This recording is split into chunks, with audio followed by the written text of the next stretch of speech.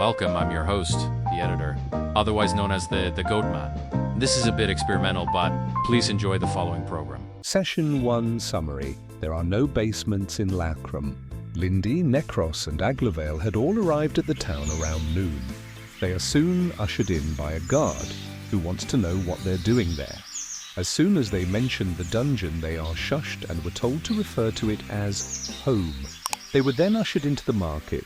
In the market, there was a stand that claimed to be selling things from home, ran by a black cat tabaxi who looked fairly young. He was boasting proudly about having gotten all of this from home by himself. It was not very difficult for Lindi, who, after he showed some basic kindness and pretended to be interested in his wares, notable of which is a ring that shifts colours that Corner really wants to get rid of, and silver daggers that are engraved with different depictions of the gods. Lindi was able to get the tabaxi, named Corner, to open up. Corner confided in them about his family, about how his dad was actually the one who gets the items. His father hadn't come back from home and was currently missing. Corner explained how his mom is sick and he now needs to step up and take his dad's job to take care of her. Lindi tried to comfort him by telling him his dad's probably not dead, but Corner seemed pretty set on the reality that he's dead.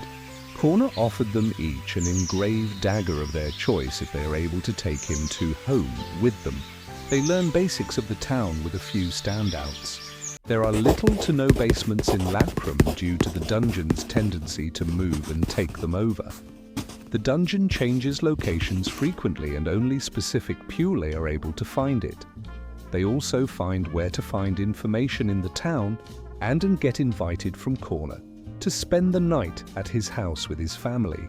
The group accepted Corner's invited. Corner told them to meet him at the stand when they are done looking around the town, as he will be there until sunset. The group then headed to the library, which was pointed out to them on a map. While on the way to the library, the group noticed large amounts of holes in the ground of the town, varying in size.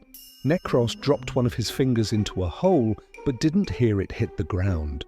The library was a very small-looking house with one door and no windows. They made Necros enter in first, to make sure it's safe. Inside it is completely packed with bookshelves. The only furniture in there was some lanterns to keep it lit, an unused fireplace and a small table with 4 chairs. The rest of the party came in after they browsed the books and not find them interesting. Lindi tripped over a trap door. After making Necros open it to make sure it's safe, they discovered a basement. In the basement is a small stone room that Lindi can barely fit in due to his size. There were 3 bookshelves in there and a big sign above them that said restricted. The group began looking through them, finding that most of the books are in languages no one in the party knows.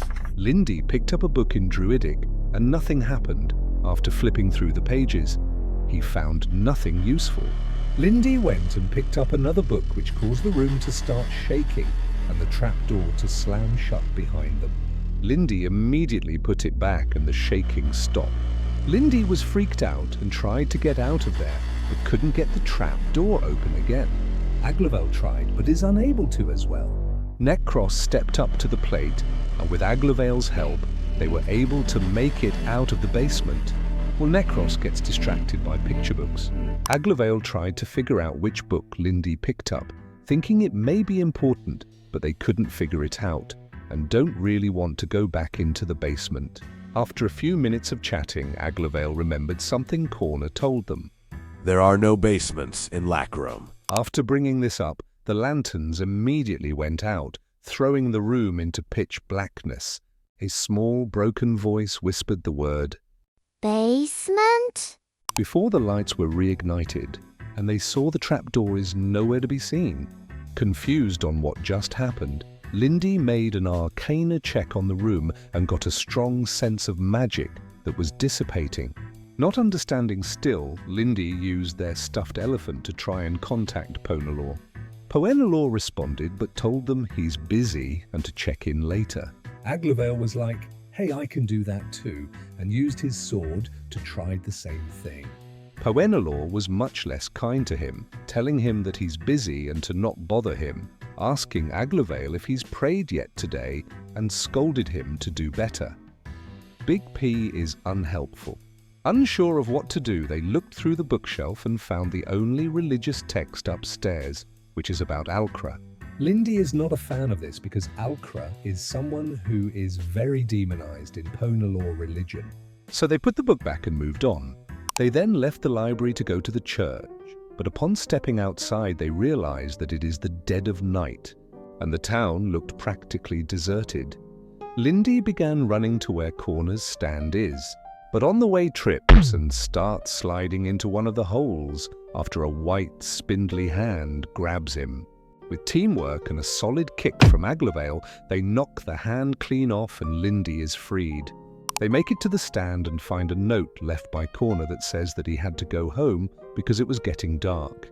But there's housing in the church if they need it, and that he's sad they couldn't have a sleepover. Lindi leaves a note saying that he will make soup for Corner's family soon as a thank you. The group heads over to the church where they are welcomed in by a slender pale elf wearing white priest's robes. He is very welcoming to the two Ponalore worshippers but tends to be short and rude with Necros, leading to them getting into an argument. They learn his name is Father Varris and he offers them a place to sleep, pray, and also some food. He is delighted they have visitors. He brings Aglovale and Lindi to a prayer room and he realizes Lindi won't fit, so he lets him use his office instead. As he guides Aglovale to his prayer room, Aglovale catches Father Varris leaning over and smelling him. Lindi prays and asks for forgiveness because Aglovale lied to the priest when he first got there. He then gets a whole spiel from Ponalore about stepping up his worship and taking it to the next level.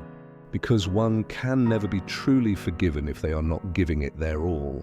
Aglovale tries to reach out Ponalore, but instead of him being spoken to, a single nail appears in front of him. He knows what to do because it's something he's done many times before. Aglovale nails it into his leg. During all of this, Necros is left alone. Being upset at the priest, he rubs his goo and slime all over everything and then spits in his religious text, which is ironically opened on a passage about forgiveness, leaving a maggot on it.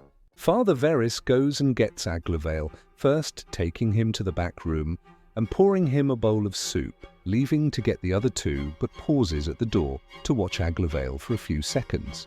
He then brings Lindi and Necros back before giving them soup and beginning to set up cots for them. Necros and Aglovale think the soup may be poisoned because they are starting to get weird vibes from this guy, but are unable to find anything wrong with it. Necros doesn't want his giving the second half to Lindi, but also getting his goop in it, contaminating it. Lindi does not notice and eats it all. With the cot set up, Father Varris gives them a secondary key and tells them he's going to lock the door so no one else can get in before leaving to attend to business.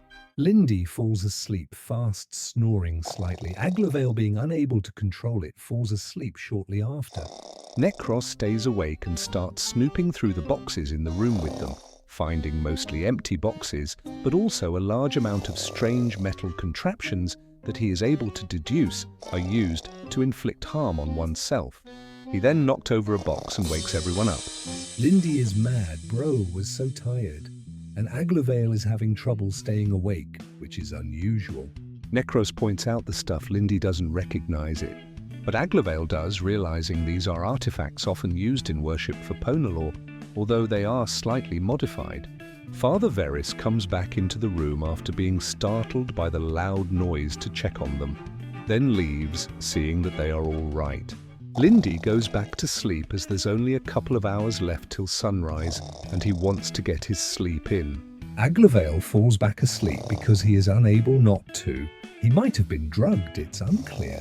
Necros stands guard in the corner while the others sleep. Not even an hour later, Father Varris comes back into the room, his demeanor different than before, and begins creeping towards Aglovale. He ends up going for the boxes is next to his cot, but Necros is alarmed and stealths over to Lindi to try and wake him up. During this, he hears a weird noise over Aglovale, and Father Varris leaves the room just as Lindi wakes up. Lindi doesn't see why this is concerning because Father Varris didn't actually do anything besides look through his own stuff. Lindi makes a point to make sure Necros knows that he hears him and believes him, though. Everyone wakes up and Lindi goes to pray.